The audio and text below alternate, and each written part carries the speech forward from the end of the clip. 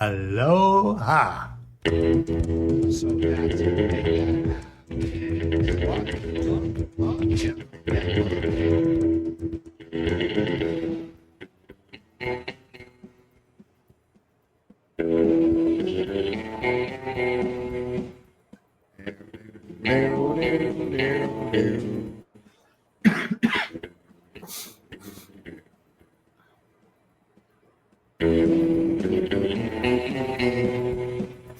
Hello and welcome. We're back from theballerlifestyle.com. It's the Baller Lifestyle Podcast. My name is Brian Beckner. This is episode number 606. Thank you very much for listening. We appreciate you. You can reach out, send us an email, mailbag at theballerlifestyle.com. You can also send us a leave us a voicemail, 949-464-TB. We appreciate you. Also, subscribe to our Patreon. Did another bonus show. People seem to respond to. We do bonus content every week with Ed and I, and then additionally, I get on there and talk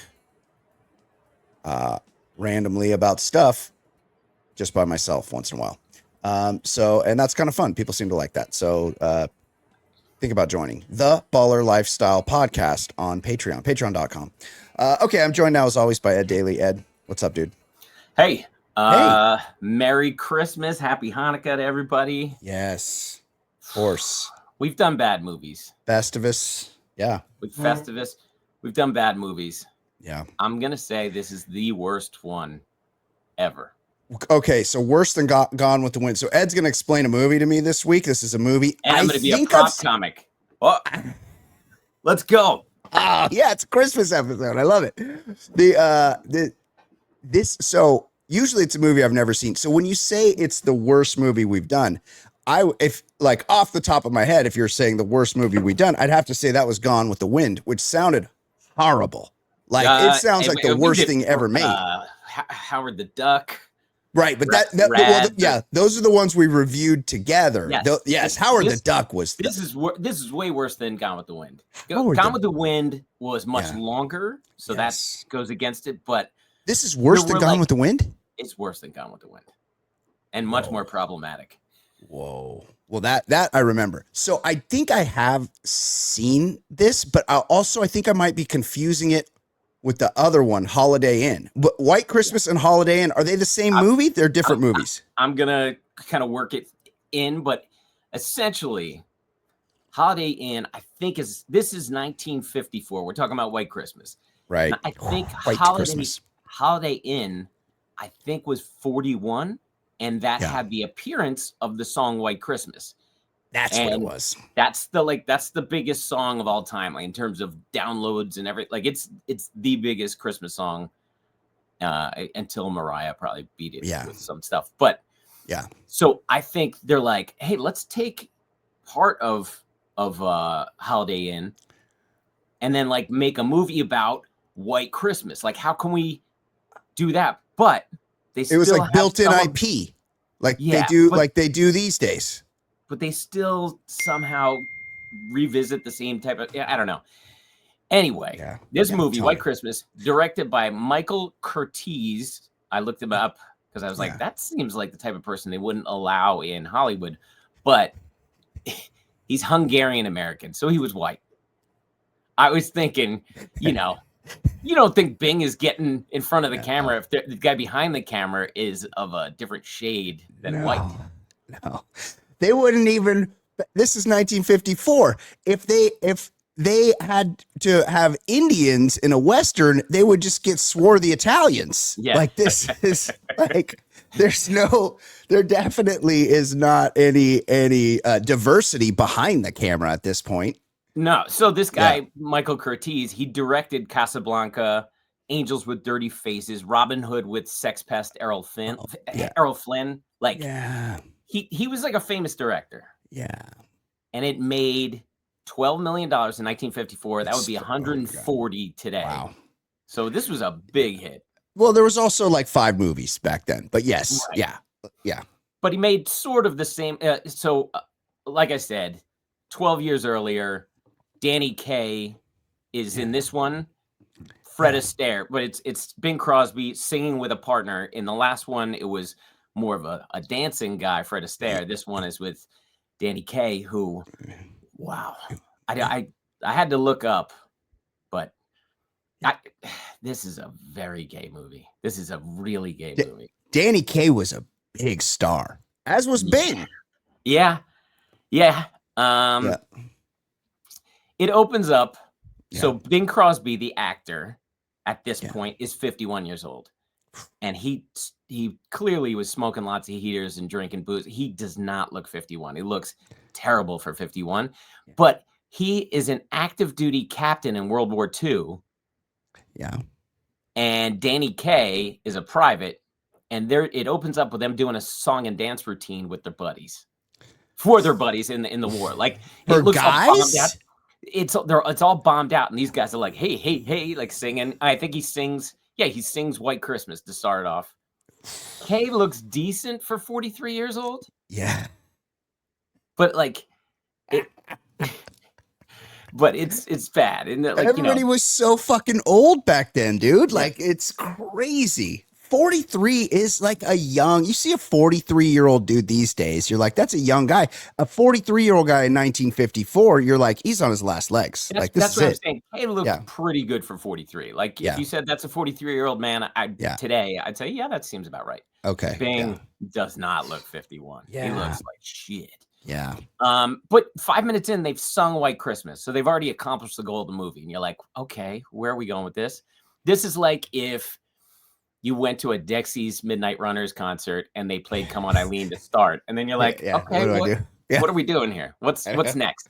Sometimes that happens. Sometimes a band will play it first and last. That's to like keep you there. Yeah. So the old general who actually is 6 months younger than Bing, and he looks 80. Yeah. He's been reassigned. And the new general is a no-nonsense guy. So they like the outgoing general. He's all sad. And so they sing him a farewell song. We'll follow the old man wherever he wants to go. Like one of these dumb songs. Were they supposed to be, what was this supposed to be the big one? Yeah. Okay. Yeah. And so he's shaking hands and they salute him. And then he drives off and they're like all sad for their general. And the new guy's like, all right, we're not doing song and dance. And they're like, oh, look at this piece of shit. And it's like, yeah. You're in World War II. No song and dance. You got to fight. Can you imagine? Like, and look, I know these guys are starved for entertainment. Bob Hope was considered like just the fucking pinnacle. Well, I tell you. Yeah, he's like doing the same shtick for 50 years. But like, imagine you're like stuck somewhere, and your buddies are like, "Hey, don't worry, I got this. Me and Ted." are going to do a song with a choreographed dance number together just for you guys. Right. Like, that's what I just climb over the bunker. I'm out. And then I just get, hey, Nazis. Surrender. Shoot, Germans. Please shoot. You got me. Get me out of here. It's like, it's like sometimes your buddy busts out an acoustic guitar and he like, he hits that first verse and you're like, wow, Mike, I didn't know you gotten so good. You're gonna play the whole thing. No, because I got it. Like you're very, you're great. You're doing. I have to just sit here and watch you. Like, I have to hear all of Smoke on the Water. Yeah, you can't just play the little riff and everybody's happy with it, beginning to end. So then they get bombed. Danny Kaye grabs Bing. Yeah. Saves his life. Yeah. And so, but then like rubble piles on him, and so they're in the hospital. Yeah. And Crosby thanks him, and Danny Kaye's like, "I got a plan for us. If you want to repay me, let's form a song and dance." Suck my dick. Oh, really? Oh, God. I'd rather suck your dick. It's the same thing. If the alternative is forming a song and dance duo with you, just get your dick out and let me suck your dick and lick your fucking balls right now, because I'm not singing and dancing for people in front of people. Now, I believe wasn't Bing Crosby in the shit in the big one, and he had the shell shock, and that's why he was like he was beating the shit out of his kids. Yeah, maybe. Okay. Maybe that would explain some of the words said about him as a father. Right. He's not a good dad. I also see here that he's listed at a very generous 5'7". There's no fucking No way chance. this guy Even was in 5 lifts, feet he's 7. not 5'7". No, of course not. So they cut to VE Day, and then you see, and their characters are Wallace and Davis. And it's like a singing and dancing montage. They're huge celebrities now. Front page of Variety every week. They keep showing like Variety. And they've been on Broadway for 2 years with corny old-timey songs. But backstage is starting to bicker, as old queens do. Yeah, they you do. know? Yeah. They're And catty. so- They get catty. And Kay accuses Bing of being lonely and miserable. Oh. He said, "You work too much. We need to go out and fuck. I need time to go out and get a massage," is a quote from the scene. Oh, really? Now, are they confirmed bachelors? Yeah, I think so. Okay. But yeah. So they're performing down in Florida, and they get a letter from an old army buddy asking them to check out his performing sisters. They show a picture of the army buddy. He's not in the movie, but they show a picture of the army buddy. It's Carl Alfalfa Switzer. What? It's like, what? Alfalfa? He never acts in the movie. It's just his picture. That's crazy. Yeah, I don't know. Look, Carl Alfalfa Switzer bought it at some bar out in the San Fernando Valley. He got tuned up at a bar one time. He owed someone like $13. He was a dog walker or something. Yeah, some shit like that. Somebody stuck him. Like I think he got stuck, and he gushed out right there in the valley. So I'm surprised he was still around. But I mean, maybe he must have been used an old picture. I don't. Yeah, that could be it. Yes, they just had the studio. Like he was probably contracted to the studio. Yeah, they're like, hey, don't worry, we got this. We got this guy for life. Use his picture. So they go to the club to watch the Haynes sisters, and the Haynes sisters are played by Rosemary Clooney, 26 years old. George Clooney's aunt. Yep. And a woman named Vera Ellen, 33 years old. Yeah. So backstage, the sisters are excited that the celebrities are there, Bing and Kay. Oh, yeah, because they're big stars on Broadway. And I wrote down Vera Ellen looks Ariana Grande level of anorexia. Yeah. But anyway, the old men called dibs on the young women. Back then you could do that. Like Larry, not even back then, like in the 70s, Larry and Jack Tripper would go to Larry Dalopoulos and Jack Tripper. They would go down. They'd have a couple of Swedish stewardesses in town, and they're like, hey, I get Legs McGee. Just so you know, I get Legs McGee. It wasn't up to the stewardesses who they got no to fuck. say in the matter. No say in the matter. The good old days. I did look up because I was like, it's Clooney's aunt, not his mom, right? It is his aunt, right? Yes. Yeah. But I teased it last week. I said there is a RoboCop reference in this episode. What? Rosemary Clooney is mom to the great Miguel Ferrer from RoboCop, who is rudely interrupted from doing blow with sex workers by Clarence Boddicker. Miguel Ferrer who shot him in the knees and blew up the home. Yes, he did. That's Rosemary Clooney's son. That's George Clooney's cousin. Yeah. Now, it's one thing, like, it's like Ashton Kutcher's a twin, and Ashton Kutcher's is gorgeous, and his twins, he's just like a regular guy from Iowa. Are we sure he hasn't got a little something? I think he does. I think he definitely, he can't use chopsticks. I'll just say that, just give him the fork with the big handle. The big handle one's for Ashton's brother. Yeah. Now, imagine you're Miguel Ferrer, who is he dead? I don't know. He's a great actor. He was great. I think he might have died. Yeah, he's a great actor. I think he also might have died. And your cousin is George Clooney. Also, like the most gorgeous dude. Yeah. Also, Miguel Ferrer's probably swinging around. He's like, "Yeah, I'm in fucking RoboCop. Oh, you got a couple lines this week with Natalie on Facts of Life, loser. I'm going places because there was a clear difference in the '80s with those two. Yeah. Oh, yeah. Miguel Ferrer's like, hey, yeah, I'm fucking. I just booked something with Robert De Niro. What? Oh, what are you? Oh, you're doing an arc on Roseanne, loser. And a little hospital show came out, and nothing was the same. The end. So anyway, Rosemary Clooney admits to Bing that it wasn't Alfalfa who sent the letter; it was her, and he's kind of pissed.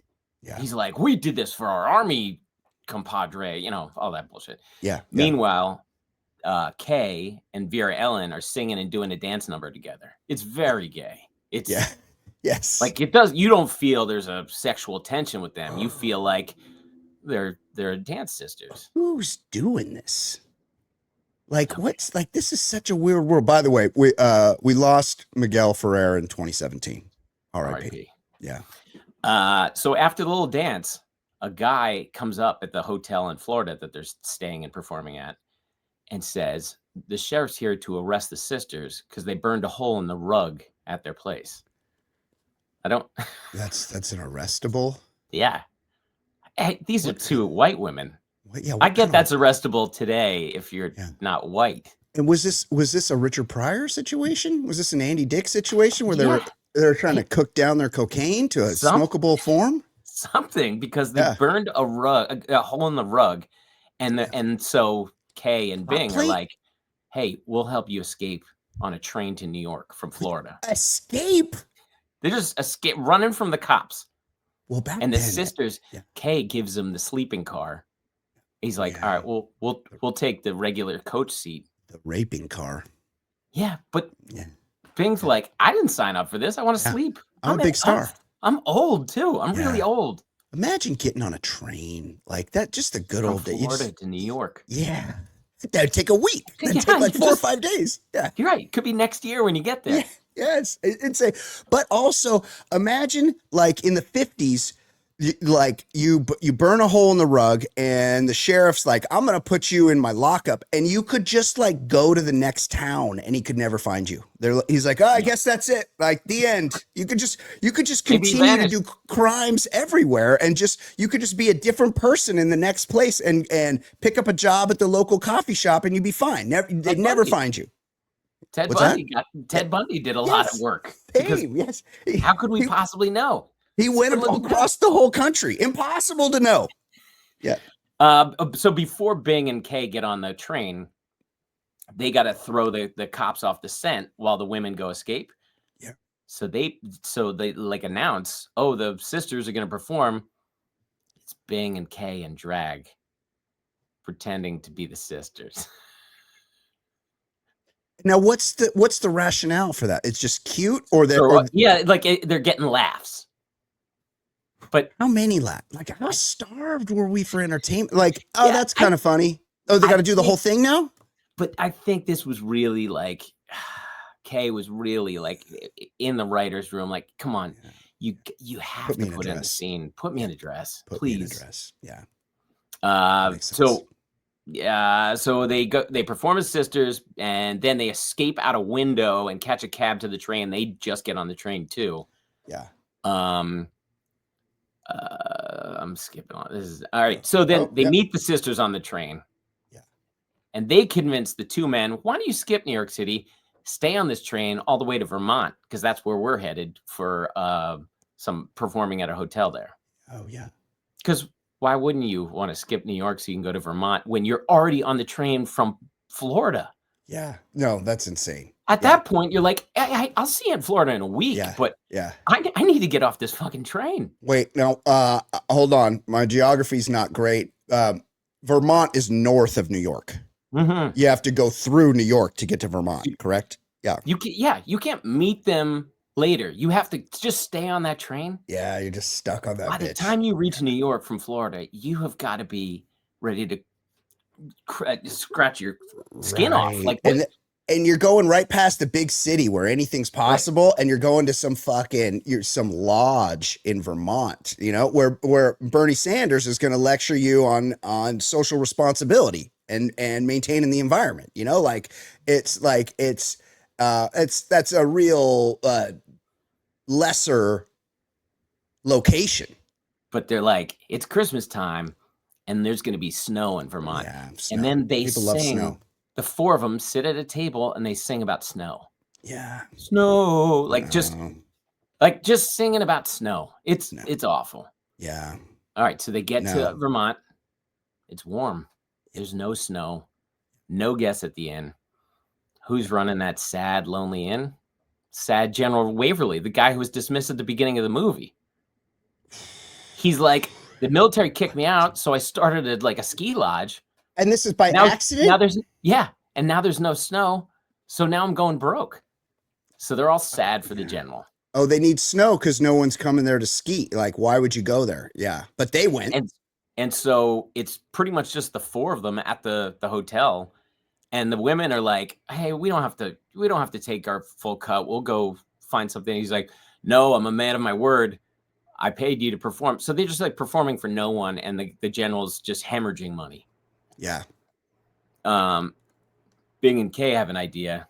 Let's throw a big Broadway style production up here. Move their Broadway show up to Vermont to save the inn. Oh yeah, because we owe the general for saving our nuts back in back in the hills of outside of Normandy. Yeah. So the first song of their big show. Yeah. It's White Christmas. No. It's a song that they say, I'd rather see a minstrel show than any show I know. So this back to Holiday Inn. This was in the 50s? This was in the 1850. This was in the 1850s. So I'm going to quote my own book because I actually wrote more in it. Oh, yeah, please do. So The Christmas Book by Ed Daly, available on Amazon right now, newly updated for 2025. So we're 54 minutes into the movie. I'd rather see a minstrel show than any show I know. How those comical folks with their riddles and jokes. So, and you're thinking, this is terrible. Well, in Holiday Inn, around the same point in the movie. So that movie, they're at an inn. Bing has an inn in, I think, Vermont. And he has, he throws parties. The whole theme of the hotel is parties for every holiday. So Abe Lincoln's birthday, they have a whole party, and he sings the song Abraham in blackface. And there's in the middle of this is in Holiday Inn. In the middle of the song, it cuts to a black woman in the kitchen named Mammy, who sings to her kids about freeing the darkies. Whoa! So, Ed, are you trying to get us canceled? You're going to get us kicked off YouTube here. It didn't cancel Bing. So, anyway. Whoa.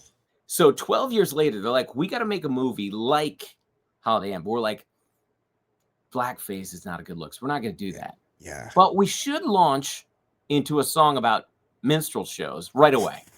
Just not blackface. But they're singing about fucking minstrel shows. Whoa, that is crazy. All right. So then late at night, like the show's over, whatever. Late at night, Kay and Vera Ellen are flirting. Yeah. Oh, yeah. And Clooney, Rosemary Clooney and Bing are having a midnight snack of sandwiches and buttermilk. Just drinking buttermilk. What is buttermilk? Buttermilk's what you make fried chicken with. Pancakes, fried chicken. But it's not it's not a beverage. It's like heavy cream. It's no. What the fuck? They're eating liver. It's liverwurst sandwiches with buttermilk. So you wonder why Bing looks like he's 800 years old. Yeah, that'll do it. There's so much sodium in that liverwurst. Is it like, would things not keep, cause like liverwurst is a canned item and maybe buttermilk like lasts longer. Like they need items that don't need refrigeration. These are just sad people in sad times. The general, desperate to get out of the business. Yeah. He's trying to rejoin the army and he gets a letter. No, you're just too old. Enjoy retirement. He's like, he's trying to rejoin the army. Yeah. He was a general. Doesn't he? He's so sad having to make money running an inn. Well, we don't I know we don't take care of the rank and file in this country. Obviously, we need fucking charities to take care of our veterans, but you figure a general would be fine. Right. He'd have some kind of pension, maybe blew it all at the fucking dog track or something. So they like really want to ramp up this Broadway show in Vermont for him. Yeah. And they're like, let's get our old regiment from World War II. Let's get them to come up to the inn. And then Bing's like, I know a TV guy. We're going to get the word out to get all the army buddies. Back at the rehearsal, Danny Kaye and Vera Ellen do a long choreography number, like 8 minutes, just dancing. Yeah. I just kept fast forwarding. I was like, surely it's over. No, keep dancing. Yeah. Just dance away. The hotel receptionist, overheard Bing pitching to his TV buddy about how he can like get the word out. And the receptionist tells Rosemary Clooney he's just trying to exploit the general for the benefit and TV. So like now Rosemary Clooney's mad at Bing. Oh, this isn't genuine. Yeah. Again, none of this takes place at Christmas. It opened with the song White Christmas. All of this is happening in like the middle of the summer. Nothing's happening. Well, no wonder nobody's there skiing. Yeah, or maybe it's not Christmas time. It's July.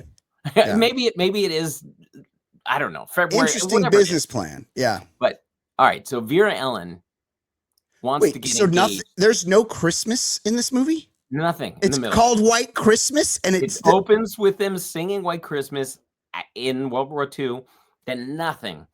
And people consider this a Christmas movie, but they're not sure about Die Hard, which happens on Christmas Eve. And why? There's songs throughout too. Die Hard. There's probably 6 Christmas songs in that. It's movie. Christmas the whole time. Now I don't know why Mr. Nakatomi is keeping people at work on Christmas Eve to have a Christmas party. Like I'd be trying to get the fuck out of there. I'm not attending that party. I'm out of there. Unless I'm bucking for a promotion that night, I'm not going. Right. Exactly. So Vera Ellen wants to get engaged. The anorexic chick wants to get engaged to Danny Kaye, and he said, I bet she does. I'm not the marrying kind. Yeah, well, we know you're not. Not to her. On the dance type. Hey, marriage. Obergefell and Hodges. That won't come for another 70 years. Well, maybe he's like, have you heard the term lavender marriage? Because I would be into that. Like that's something we could talk about. So I did look up. I was like, surely he's gay. I must have paused it because I said, Kaye had close relationships and a supposed affair with Laurence Olivier, but he was married to a woman named Sylvia Fine, who managed his career and wrote his material. And they had a daughter, but it seems like Laurence Olivier was his big. Wow. Thing. Well, I mean, at least he aimed high, like Laurence Olivier is the best to ever do it. One of the great. Yeah. So that's look, a British dude, a British Shakespearean dude.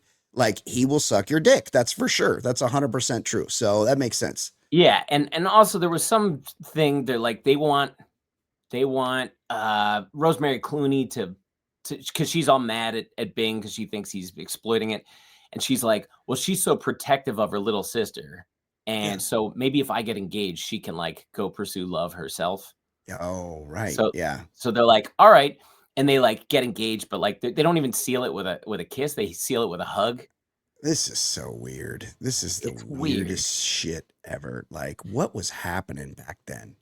This is the fucking. This is the problem when you don't let people live their best lives. Yes, this is because like if you're European and you're seeing this, you're like, even at the time, you're like, what the fuck is going on? But because we live in a puritanical, fucking weird, religious, don't be gay country. It's like we have to go through all these gyrations where people just can't go jerk other dudes off. Also, they're making movies like this because this is how like you could express yourself rather than just being happy and not making us watch this bullshit. Yeah, you're putting us through it. Like we have to go through your closeted journey with you, Bing and Danny. Yeah. So an angry Rosemary Clooney takes a job in New York City. She takes off. And there's just more rehearsing. They just keep showing us rehearsing and dancing. Bing goes to New York to set things straight with Clooney and make that TV pitch to his old unit to join him at the inn. Yeah. Clooney sees that Bing wasn't trying to exploit anything. Now she loves him again.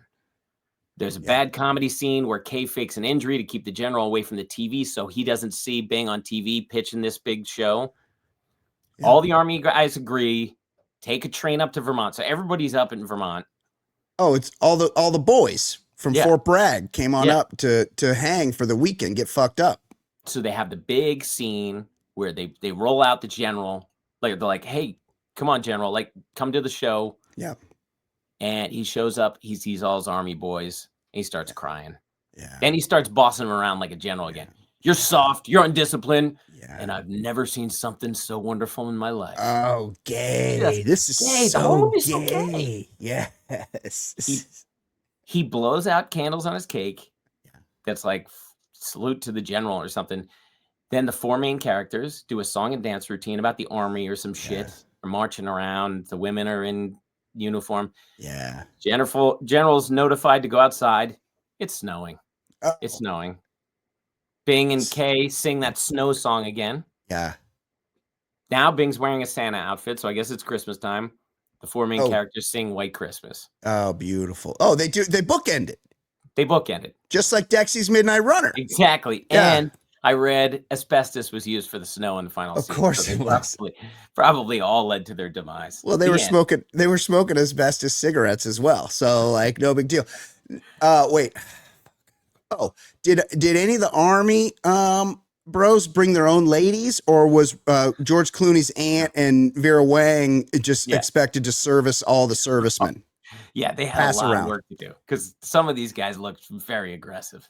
But, but some of these guys look like they weren't interested in those icky girls. Right. Yeah. Yeah. That's why they joined up in the first place, to make men out of themselves. That is considered one of the classic Christmas movies. Unbelievable. Now, also, wait, doesn't this one go from black and white to color? No, that's Wizard of Oz. Oh, wait, it's just color the whole time? At least the version I saw on Prime was a colored version. And Holiday Inn is all black and white? I don't remember. I thought there was one that was black and white, and then it like miraculously shifts to color at some point. I'm gonna send you the Abraham clip. You're gonna have to see this to just it's the worst thing ever.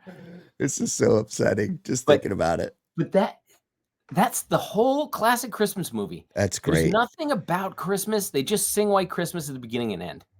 Well, you know what's interesting too is that like you've introduced me to this stuff, because also It's a Wonderful Life, not a Christmas movie. Like this, like I consider it a Christmas movie, but most of it doesn't take place at Christmas. Yeah, like all of these movies, we're really fed a bill of goods on what's going on with these classic movies, and it's up to Ed to come here and explain this shit to me, because I'm never gonna watch this shit. This sounds awful. You never should. Nobody should. But anytime somebody brings up the Die Hard's not a Christmas movie, you say the movie White Christmas, which everyone calls a Christmas movie, contains two singings of the same song and nothing Christmas in between. Nothing Christmas. Yeah, exactly. Nothing. It just has Christmas in the name. It's like, there's nothing to it. This is the most empty movie filled with a lot of gay stuff, and not in a good way. Like, you want to watch a good gay movie, watch A Single Man with Colin Firth. Like that, you're gonna get a real movie featuring gay people doing gay things. This is closeted, weird. Yeah. What a time. What a time. And look, Bing Crosby, reminder, huge piece of shit. Yeah. Not 5'7", tuner of his children, hated by his kids, smoked a lot of cigarettes. Drinks buttermilk and liverwurst sandwiches. Okay, let's wrap it up there.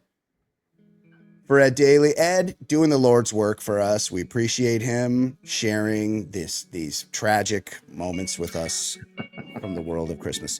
For Ed Daly, my name is Brian Beckner. This has been episode number 606 of the Baller Lifestyle Podcast. We will see you next week. Goodbye.